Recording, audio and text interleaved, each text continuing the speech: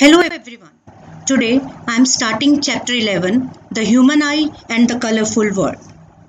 Human eye, a very sensitive organ which is very important to all of us. Human eye consists of several parts. Now, if you look at the structure of human eye, we can start with the corneal part, which is very important because the light enters from this particular part and it is outermost bulging part of human eye. Now, if you enter inside, we can see here a space is there. This space consists of aqueous humor. Aqueous humor actually is the other name for tears. The tears in the eye are saline in nature. After that, we can see this grayish color of covering, which is known as iris. Iris is responsible to give the color to the human eye. Now, we can see there is a hole type structure, a gap, which is pupil. Pupil is controlled by iris. It can become bigger, it can become smaller. Then we can see a crystalline lens, which is a fibrous structure, and the pupil, which is a diaphragm here. After that, once the light enters from cornea, it is being focused by the crystalline lens and it is focused on retina. So retina is a screen. That is why human eye is compared with camera. In the camera, we have the convex lens. Here in the human eye, also the shape of the lens is convex. Convex lens has a converging nature, so all the rays which are coming from the object, they meet at point retina. Retina has two kinds of cells, photoreceptors, rods and cones. Then we can see an empty space, big empty space here. This space is known as vitreous humor. This humor means the liquid. This is a jelly type liquid which keeps the eye moist. Even this aqueous humor also keeps the eye moist, and it does not allow the eye to collapse. Now we can see here that there are two layers of human eye. They are the protective layers. The outermost layer is known as sclera and the innermost layer is known as choroid. We can see here the opening of the optic nerves. On that opening, we have the blind spot, and here is a point which is known as yellow spot, where all the rays after reflection, after refraction from the lens, they meet. So yellow spot is a point where clearest image is formed, and blind spot is a point where the opening is there, where you cannot see the image. Let us see now. The human eye is the sense organ which helps to see the colorful world around us. Now, human eye is like a camera. I have already told you that the retina of human eye acts like the film in the camera, and it has an autofocus. It also has an autofocus which is done by ciliary muscles. Now, its lens system forms an image on a light sensitive screen called retina. The eyeball is almost spherical in shape. That's why it is known as eyeball, and its diameter is about 2.3 centimeters. Now, when light enters the eye through a transparent membrane called cornea, behind the cornea we have a muscular diaphragm called the iris, which has an opening called pupil, which is like a hole. The pupil controls the amount of light entering the eye. When we go in dim light, the size of the pupil changes, and when we come from lighted place, maybe sunlight, then the pupil automatically has a smaller size. The eye lens helps to focus the image of the object on the retina, and the ciliary muscles, they are helping it to change its curvature. That means the lens can become thick as well as thin according to the need of that particular object. Now we can see we have rods and cones which are the photoreceptors found in the eye. Rods, they are found in the boundary of the retina, and cones are found in the center of the retina. That's the difference. Cones are of cone shape and the rods are rod-like structures. They provide the vision in the day or bright light. So the cones are responsible for the color perceptiveness and rods are responsible for the intensity of the light. because of rods and cones, we can have the problems with the rods. If lack of rods are there, the person can have night blindness. Night blindness, where you cannot see the things in the twilight, which is here written, and the cones are responsible for the color. So the person who is having less cones can become colorblind. Now, working of eye. The eye lens forms a real inverted image of the object on the retina, and the light sensitive cells in the retina, they produce electrical signals which is carried by optic nerves. Now, optic nerves carry all the messages to the brain, and on the retina we get real and inverted image. But optic nerves, they change that information and sends the message to the eye, and then we see the object as it is. Means it will be virtual, and direct image will be seen by us. So this is the basic function of the brain and the optic nerves. Now we come to the function of pupil. Now we have two parts in it. First, that we have the damage of the visual system and malfunction of the visual system, where we can have the significant loss of visual functioning. Now, for example, if you have the problem in cornea, pupil, eye lens, aqueous humor, vitreous humor, or we have any problem related to retina, we can see that whatever impulses are given to the brain, they are damaged, and it will result in visual impairment. So sometimes when we enter in a bright room or when we enter in a dim room, we can see that there is a change in the size of the pupil, and pupil of an eye has a variable aperture whose size can be varied with the help of the iris. So iris is responsible to change the size of the pupil. When the light is very bright, iris contracts the pupil, and when the dim light is there, iris expands the pupil to allow more light to enter the eye.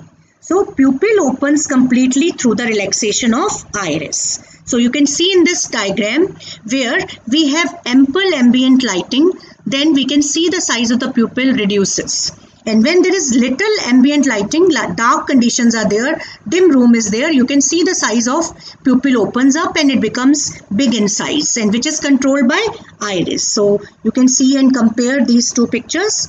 Now we come to the next part of our definitions, power of accommodation of eye, which is done by ciliary muscles. And we can see near and distant object by adjusting the focal length of an eye lens. The ability of that eye lens is known as power of accommodation of eye. So we can just see that when eye lens is controlled by the ciliary muscles, and we can see near and distant objects by changing the shape of the eye lens. I told you that it can become thick as well as it can become thin according to the need. When we see nearby, it becomes thick, and when we see far off, it becomes thin. And then this change is basically known as power of accommodation of eye. The eye lens is composed of fibrous jelly-like material. So its curvature can be changed by the ciliary muscles, and it is very easy for ciliary muscles to do it because it is very much flexible. The change in curvature of eye lens can change its focal length. So if you can see, if the size of the lens is thick, then the focal length will be reduced because the sphere from where it has been cut will be smaller. But if you have thin lens, then what will happen? The sphere will become bigger and the focal length also will be more. And focal length increases when the muscles contract, and the lens becomes thick when the focal length decreases. So these are the changes we get when we have the power of accommodation of eye. This power of accommodation reduces with the aging. Now we have two more definitions related to it. When we see near point, what is the minimum distance an eye can focus when we have the near point, which is 25 centimeter. So minimum distance at which the eye can see objects clearly is called the near point or least distance of distinct vision. So for a normal eye, it is 25 centimeter, and the farthest distance up to which the eye can see clearly is the far point, which is between 25 centimeter and infinity. And we are having strain if we have the distance less than 25 centimeter. So from your young age, or we can say from childhood, we always ask you to keep your books etc. at a right distance, and it should be at least 25 centimeter. Now our next article in the chapter is, why do we have two eyes for vision, not just one? So if we have one eye, then what is the problem? If you have one eye, then we have only the horizontal field of view of 180 degree, and if we have two eyes open, then we can see the 180 degree with the two eyes, and we have the wider field of view.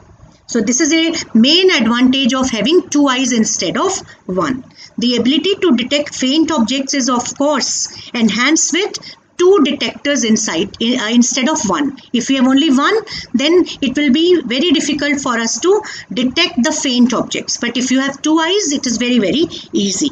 And if you can see in the animals, the angle which is 180 degree increases, and different animals have like the cat, we can see the binocular vision. You can see the cat is having this kind of structure, and the structure which she can see is this. If you see the different animals, maybe cow, dog, you can see the difference here. You can see cow here, you can see only this part is blind for the cow, but other portion, whatever is here and here, will be seen by the animals generally. So some animals, usually prey animals, who are catching and killing the prey, having their two eyes positioned on the opposite side. So you can see the shape of an animal as compared to a human being. In human beings' being eyes, they are the front eyes, but you can see the animals, they have the angular eyes. So if their eyes are positioned on the front of our heads, then it reduces the field of view. But if you have the eyes on the sides, the area of vision will be increasing. So our brain combines the two images into one using the extra information, and you can just have the more vision related to it. So this is a comparison between the animals as well as the human beings. Now we have certain defects of vision and how can we correct it. First problem, actually I have discussed already night blindness and color blindness, where night blindness can be improved by taking vitamin A, but color blindness is by birth generally, so it is very, very difficult to cure it. But if you have myopia is a problem related to generally young age. Nearsightedness is the other name, or we can call it as short-sightedness. This is a defect of vision in which a person can see nearby objects clearly but cannot see distant objects. So what do you mean by distant here? Even for a child, board is a distant object. So the child, maybe he is not able to see a distant object clearly, then the image will be formed in front of retina. You know, retina is fixed. Some teachers call it as retina here, but you know, this red color is showing us retina only. This is retina. We cannot make retina here, we cannot make retina here. Retina is fixed. You cannot change the position of retina. So in the first picture given in the book, we have shown far point of a myopic person. Actually, the far point of a normal person is infinity. Here maybe somewhere infinity is there, but because of this problem, the far point infinity has reduced to O, and whatever you see at O will be made on retina, will be focused by the lens, and then it will be made on retina. But when you see far off, which is infinity point, then what happens? It is made in front of retina. That doesn't mean that retina comes here. That means only retina is fixed here, but here you can see the image is formed here before the retina. And when we correct it, you can see we can keep the concave lens here, and the infinity point and as well as the point where you were able to see will all be formed on the retina only. That means now this is the cure we have done. This is the problematic eye which was not able to see the far off infinity point. Here in this case, if he sees this is a myopic eye. If he sees the infinity point, but it is not formed on retina, it is formed in front of it. So there are three kinds of questions which are coming in exams. Number one, what is the definition of the problem, the defect? Second is that what is the reason behind it? So you can see that when we have this problem, our lens becomes thick. Okay, and when we have the other problem, hypermetropia problem, the lens becomes thin. So this is the basic difference. So what is the reason behind it? Here you can see that we have the increase in the curvature of eye lens and the focal length reduces. Increase in the length of the eyeball. So these are two reasons that we have the increase or elongation of eyeball, and there is an increase in curvature of eye lens, and the lens becomes thick, hence the focal length reduces. And it can be corrected by using suitable concave lenses depending on the power of that particular person. So that will be detected by optician only. So you will have to go to an optician and he will be just checking everything, and then he will be suggesting you a certain focal length and the power of your eye lens which will suit you, but that should be concave lens. So concave lens is used to cure the myopia problem. So you can just see these three figures and the comparison of first far point of a myopic person, then this is a defective eye, the problem we have, and then how to correct it. Now we come to the next defect, hypermetropia, or it is also known as long-sightedness or far-sightedness.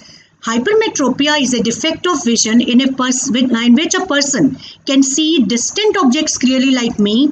I am not able to read properly with the normal vision, so I have to use the spectacles to read. So I can see distant objects clearly, but I am not able to see nearby objects. So this is a problem which I am facing, and this problem is known as hypermetropia, and other persons also have this problem, and many people you must have seen that they have both the problems. So it depends on a particular person.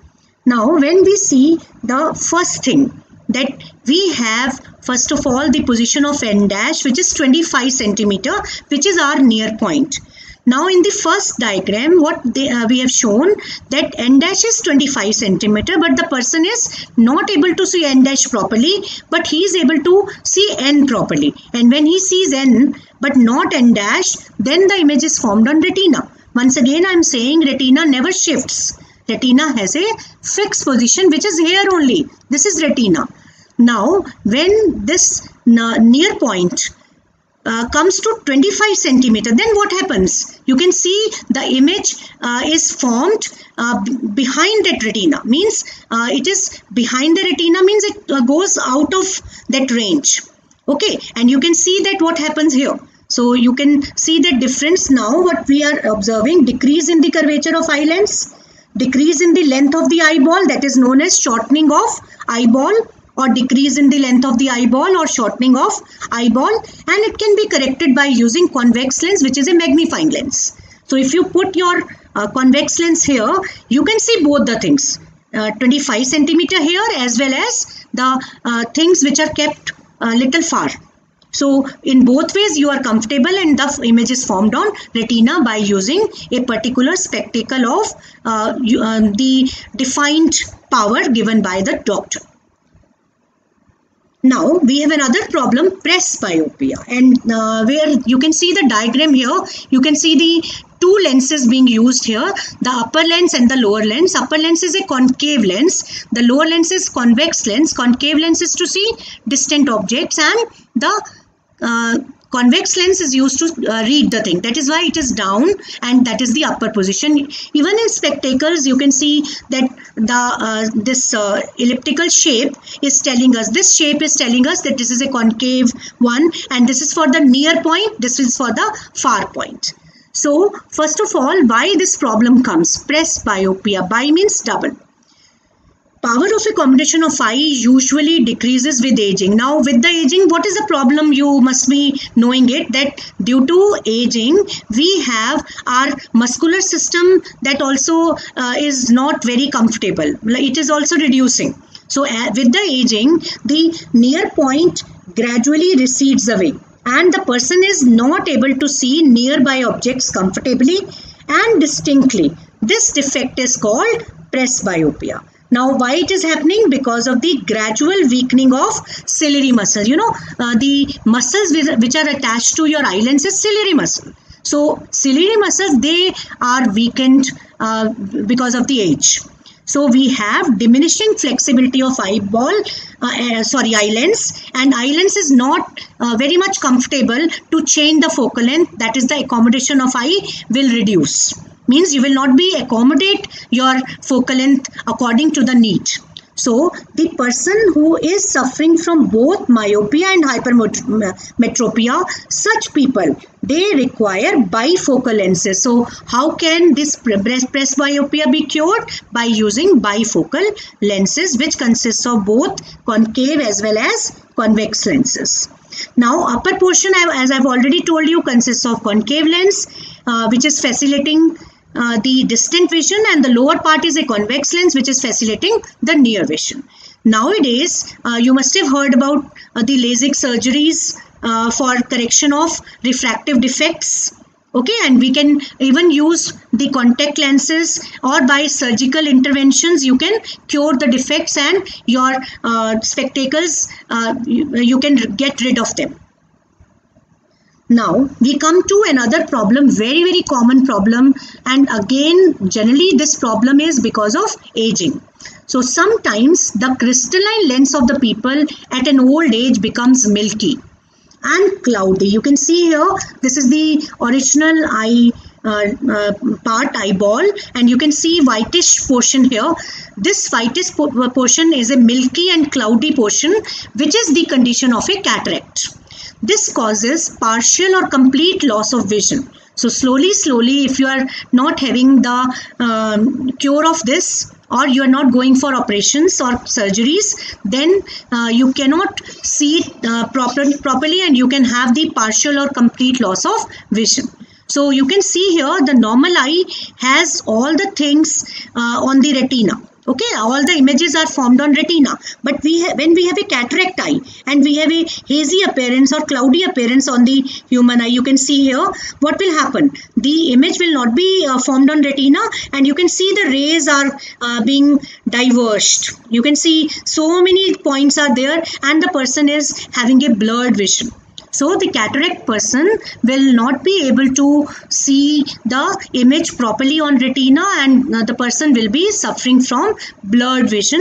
And the sure and short cure of this particular problem is cataract surgery. Now we have another problem also very common, astigmatism. Astigmatism is a very common vision condition.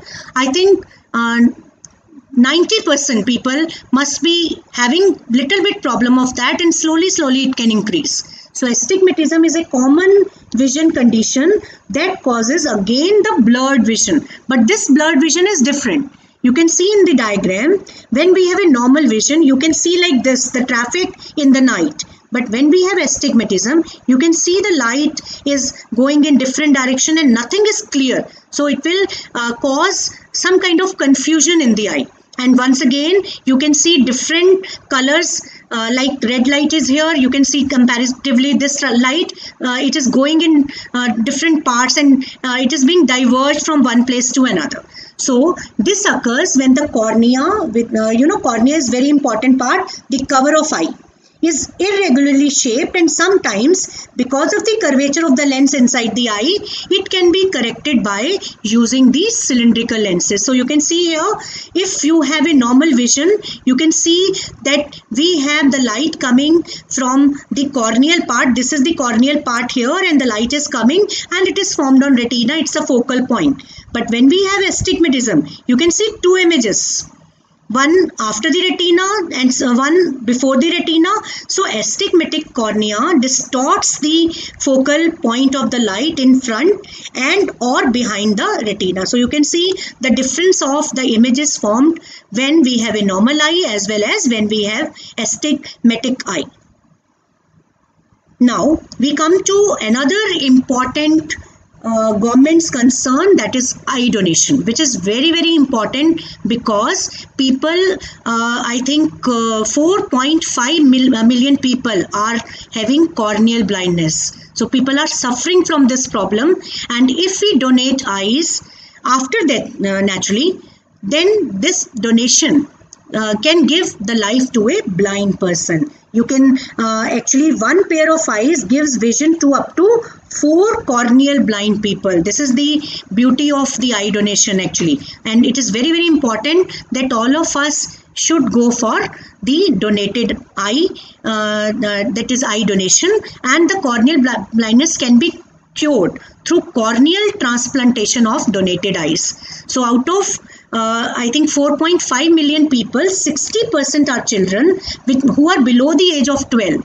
So since we have got the good gift of vision, we should pass it on to the person who is needing it, who does not have it. So we have to keep in mind that our eyes have to be donated. So first of all, what are the conditions of eye donors? He can belong to any age group or sex. The person who is wearing spectacles, cataract surgery, they can also give or donate the eyes. Who are diabetic, having hypertension, asthma, and other different kinds of diseases which are not communicable, they can donate the eyes. Eyes will be removed within 4 to 6 hours after death, because eyes, they have the blood circulation even for 4 to 6 hours. So we can inform the nearest eye bank immediately. The eye bank team will remove the eyes at the home only of the deceased or at the hospital. Eye removal takes only 10 to 15 minutes. It's a simple process, and it will not give any disfigurement. This is actually, people think that it will lead to any disfigurement, but it will not have any disfigurement. Persons who are infected with AIDS, hepatitis, rabies, leukemia, tetanus, cholera, meningitis and encephalitis, they cannot donate the eye. So these problems, which are very common, they should not donate the eyes, because the person who will be taking the eyes will also be infected. An eye bank collects and evaluates the donated eyes, and if the eye donation which you have given is not fit for the having the problem related to transplantation, then it will be used in the research labs and in the medical education. And identities of both the donor and the recipient, they will be confidential. So this is an article given in your book for eye donation. Now we can see the next article, which is totally different from what we have done, that is refraction through the prism. Now, first of all, what is a prism? Prism is made up of many kinds, maybe glass prism, flint prism, so many materials are there, but in our syllabus we have glass prism. The glass prism basically has 2 triangular figures and 3 rectangular figures. That means what thing you are able to see here will be the triangular figure, and you can place a glass prism and you can make an outline like this, and this is the prism which is in the form of a triangle. So in a glass prism, how the refraction is occurring, what we have to do is that we have to draw the incident ray from this side. That means on the left hand side. So when a ray of light passes through a glass prism, it gets bent twice, one in glass and then again in air. We are in air here, we are in glass here, then we come to air. So we have air glass interface like this, here air glass interface and glass air interface. Now you can see the diagram which is related to how the refraction of light occurs in glass prism. So we will take incident ray like this, then this is the original path of the incident ray, but due to glass it will refract, okay, it will bend from its path, and this is the refracted ray. Now when it comes out, it emerges out again in direction towards the base. It started from the base on the left hand side and has finished also towards the base on the right hand side. So it is air glass interface and this is glass air interface. So we come out from glass to air. Now, when we see this, we have to label the parts of the angles made. So, let us see, I have just taken emergent ray and I have taken it behind. So, the angle made with this incident ray and the emergent ray, the angle made here will be the angle of deviation. So, you can see it. Then we can see this is a normal on the incident ray. So, the angle made here is angle I. That is the angle of incidence. So, you can see here. Then we come to the part of refraction. You can see here we get the refraction angle. This is the refraction angle here. Now, you can see the other part of it. And you can see the normal on this emergent point. And we are making this angle as the angle of emergence. So, you can see this is the angle of emergence. Then we have the angle of deviation, which I have already made. Okay, you can see the angle of deviation. Now, how many angles we have seen? First, this is the angle of incidence. This is the angle of refraction. You can see angle I is bigger than angle R because we have come from rarer medium to denser medium. Then we come out of it and you can see the emergence.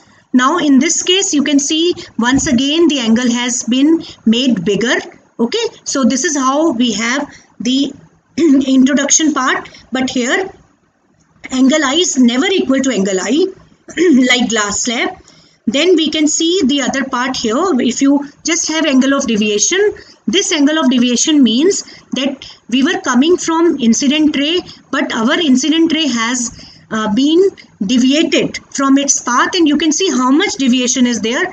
That is shown by the angle of deviation. Then we have another angle over the top, which is A, that is the angle of prism. Now, emergent ray in this prism is deviated by an angle to the incident ray. So, this is the definition of angle of deviation.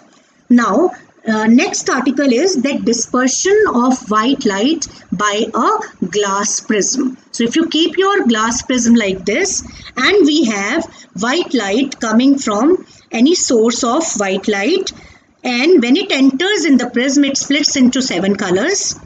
You can see on the top red color, and then we can see the spectrum of Vibgyor. At the lowest position, we can see violet color. Now, you can see here, this is called dispersion of white light. This process of splitting white light into 7 colors is known as dispersion of white light. The spectrum of white has the colors violet, indigo, blue, green, yellow, orange, and red, and you can see red at the top. So red color, red light bends the least, and the violet color light bends the most. Now question comes, why it happens? That is because of the speed of light, speed of red color and the speed of other colors. So we can see that wavelength of red color is the maximum here. So the red color has the maximum speed, hence it is bending the least. Okay, so quickly it comes and bends, and violet color is having the least wavelength, hence the violet color bends the most. So most deviated is violet color, most least deviated is red color. Now we have on the left hand side this relationship. Angle of deviation is inversely proportional to the wavelength. If wavelength is more, like red color has the least angle of deviation, and if violet color is there, it has the least wavelength. So we can see that angle of deviation is maximum. So these are the resultant of this particular formula. So learn this formula properly. Now you can see the original prism. The original prism is showing us the white light splitting into 7 colors, and here also you can see the same phenomenon. So this is a real time experiment. Now we come to the last part of the recombination and the rainbow formation, means the usage. So when we see the recombination of a spectrum, this experiment was done by Newton, and what he did, he took one prism and the inverted prism and kept on the sides. When a beam of white light is passed through a glass prism, it splits into component colors. You know, this is dispersion. But when these colors are allowed to fall on an inverted glass prism, it recombines to produce white light. So you can see how it happens. You take the white light, it splits into 7 colors. Okay, I've taken just 2 extreme colors. They come to the next one, that is the inverted prism. It recombines it again, and then we get the white light, and you can see the white light on a screen. Here also we can have the window here. So from window, white light comes, it splits into 7 colors, then once again they are being recombined, and you can see on a screen white light again. So this experiment was done by Newton. So it's Newton's experiment which shows us recombination of spectrum of white light, which produces again the white light. So this particular phenomenon can be compared with the slab. So if you have a glass slab like this, you cut this glass slab into 2 parts. You can see this part and this part both are having the inverted part of prisms. So when white light comes from this side, in glass slab it does not give you dispersion. Okay, it only goes out with the same white light. But when you have a prism structure, you can see the white color changes into this the colors, thus dispersion process, and then they are recombined. So that is how in the glass slab one prism is giving you 7 colors, but the other prism is once again recombining. Hence we can say that in the glass slab you cannot see the combination of the spectrum. So you only see the white light going into white light. So that can be one question which is very important. Here also you can see the recombination. You can see it's very simple to keep the prism like this, and in real time we can see that this is being combined in single prism. You are seeing the rainbow. In single prism you are seeing the rainbow here and here, but when they are having this kind of structure, you can see the combination. Now we come to the last part of it, rainbow formation.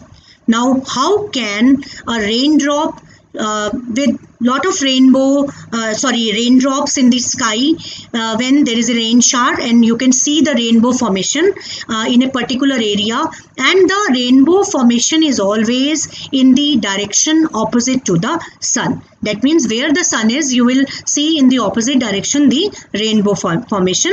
So rainbow is a natural spectrum. This is an example. The earlier articles were related to the device of prism. Prism is not a natural device. We have made it. Just by looking at this rainbow formation, we got the inspiration and we have made the prism. But naturally, how the prism is made in the sky, you can see in this particular experiment. So dispersion of sunlight by water droplets present in the atmosphere, because sometimes we don't see the rainbow.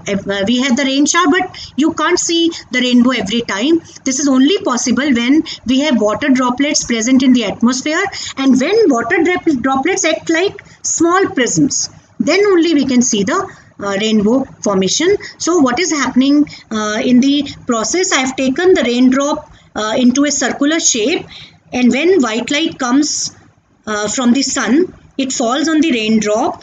When it enters inside, it disperses. So first of all, when it enters, it refracts, then it disperses. So what is the sequence? First is refraction, second is dispersion, and the third is total internal reflection. So in this process, we have these 3 kinds of processes coming up, and then once again when it comes out, it refracts. So see how it refracts. When it comes over this position, then it gets totally internally reflected. Okay, internally reflected means internally it comes back, and finally refracts it again when it comes out of the raindrop.